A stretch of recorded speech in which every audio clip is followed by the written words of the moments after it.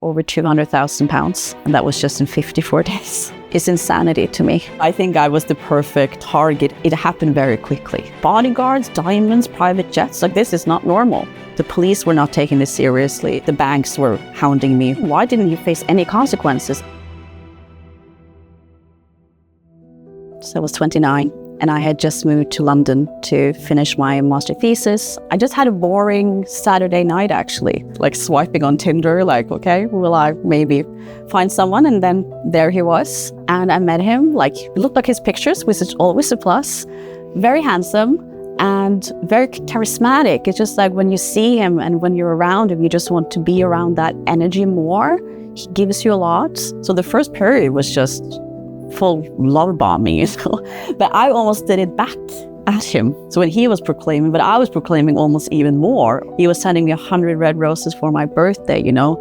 He came and traveled up to Oslo when I was there for business trip just to see me. So I was like, wow, this person is really, you know, putting his effort into this and showing that he is a man of his words. So I felt so well taken care of and truly loved, and, you know, like, he was just really that we were a team. And like the person I was at that time, she was, she wanted love bad and she loved being loved. Felt really lucky being around him, you know. Thanks, love. I told you, you're in a war. I won't never ask you for anything, you know, for the card and everything if it was not serious. Like Peter F. dead, even if it was not someone strong as Peter, if they will knock down the battle of me, I will be probably dead now. The tactics was to start very early when it comes to, you know, they had the bodyguard, you know, set the tone quite early.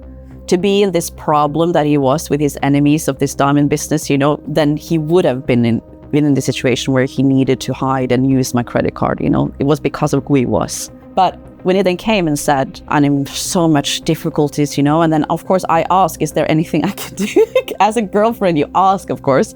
And that's when he asked, I don't know if you have a credit card so I can travel safely, because then I travel under your name and not Simon the Vibe. So just for a couple weeks till we have this situation sorted.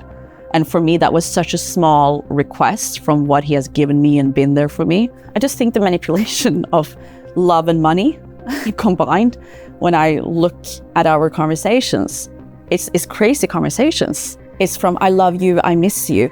Oh, the card is blocked, you need to call. You know, so when he was stuck in, for example, Cape Town, and the card was blocked, he needed then to call me, hi, can you call and say that the card is blocked, I'm trying to use the card. So I have to call from London and say, hi, I'm in Cape Town, I'm trying to use my card for 565 euros, you know? When you look back on it, what is this? You know, that is kind of, that is not a good relationship. I think like physically my body told me before I mentally could do something about it. So I was almost like puking at work, because I was sitting there with this pit in my stomach, just knowing you need to do something now. It's way too late. So that's when I wrote to one of the credit cards that I had and said that I'm terrified. And that's when I kind of knew. And that's when they came to my job and like they asked if I had a picture of him, and I showed them and they just looked at each other and nodded. That moment, I think I just drew blank. And that's when you're like, what have you been part of?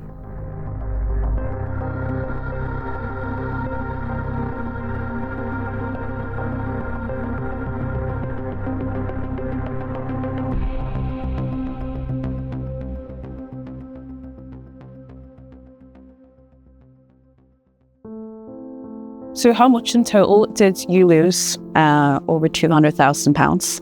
Wow. And that was just in 54 days. 54 days. That is insanity to me. I didn't try to recover the money. The money was already lost. It was more what I do with all the loans I've taken up. That was more the fight. You know, the interests were just rising so quickly. It was like 20% interest on that. I think I was calculating how much in total each month I have to pay. £7,500 just with the loans, you know, so it's not debt is not manageable. And then you're being hounded then from the banks, and then you hope that the police will take it. If you know, I mean, there's so many instances of practicality, and then you almost forget that I was in love with this person, you know. I really, truly adored him, and I would do everything for him. You know, it's a very delicate and difficult thing to have to deal with afterwards. And people tend to forget because it's like, oh, you lost some money, you know, tough luck. My mom entered me into hospital in a psychiatric ward because I did not know what I was going to do to myself. I was so low. I am very disappointed in European police because we had him in jail in Greece. And if someone had asked to get him extradited, he's done this in several countries. We could have gotten justice here in Europe for what he's done.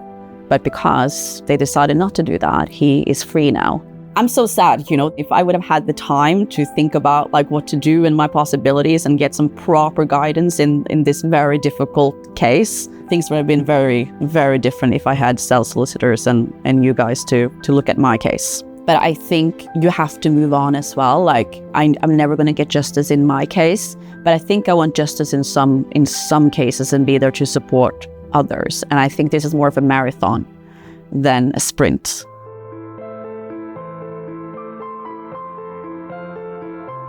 One of the things I'm most proud of is how I decided to handle it. It was kind of both healing and actually telling the story and not be ashamed. So I think connecting with the other girls in the documentary was really healing for me and just other fraud victims I've been in contact with here in the UK. I think seeing the kind of academic research that's coming up in the space of romance fraud, and knowledge is power. Always been the thing for me, like figure out why it happened, you know? So you can just come to terms with, yes, it did happen, but it has reasons. We're humans, you know, we do trust. It's nothing wrong with you for trusting. And I think that is like come to terms with that. Yeah, I trusted the wrong person. And throughout our lifetime, we will do that. And for some, it has huge implications. For someone else, you might lose 10 pounds on Facebook Marketplace. You know, that is like, but it's still trust. If it's not maybe romance fraud, there is the fraud for you as well. I think we really need to change the stigma that you're either stupid or vulnerable. Just think of if this would have happened to someone close to you, you know, be there for them. And I think that is really important because it will happen. And it happens so much more than what we think. That's the first step, you know, to change how we look at it and put the criminals in the spotlight instead of the victims. This is why I have set up and co-founded Leviev, because we need something specifically for romance fraud victims because it's such a heinous crime. If I've taken up loans, what shall I do then? You know, what should I say to the bank? What should I write? What should I document? When I go to the police, what should I say? Which laws are applicable? You know, that's what Leviev is going to be about. We need to connect with, we want to connect fraud victims with then lawyers like yourself so they can get the proper help if they need it. I just really, really hope that more fraud victims will know about there is help out there in that capacity as well when it happens to them.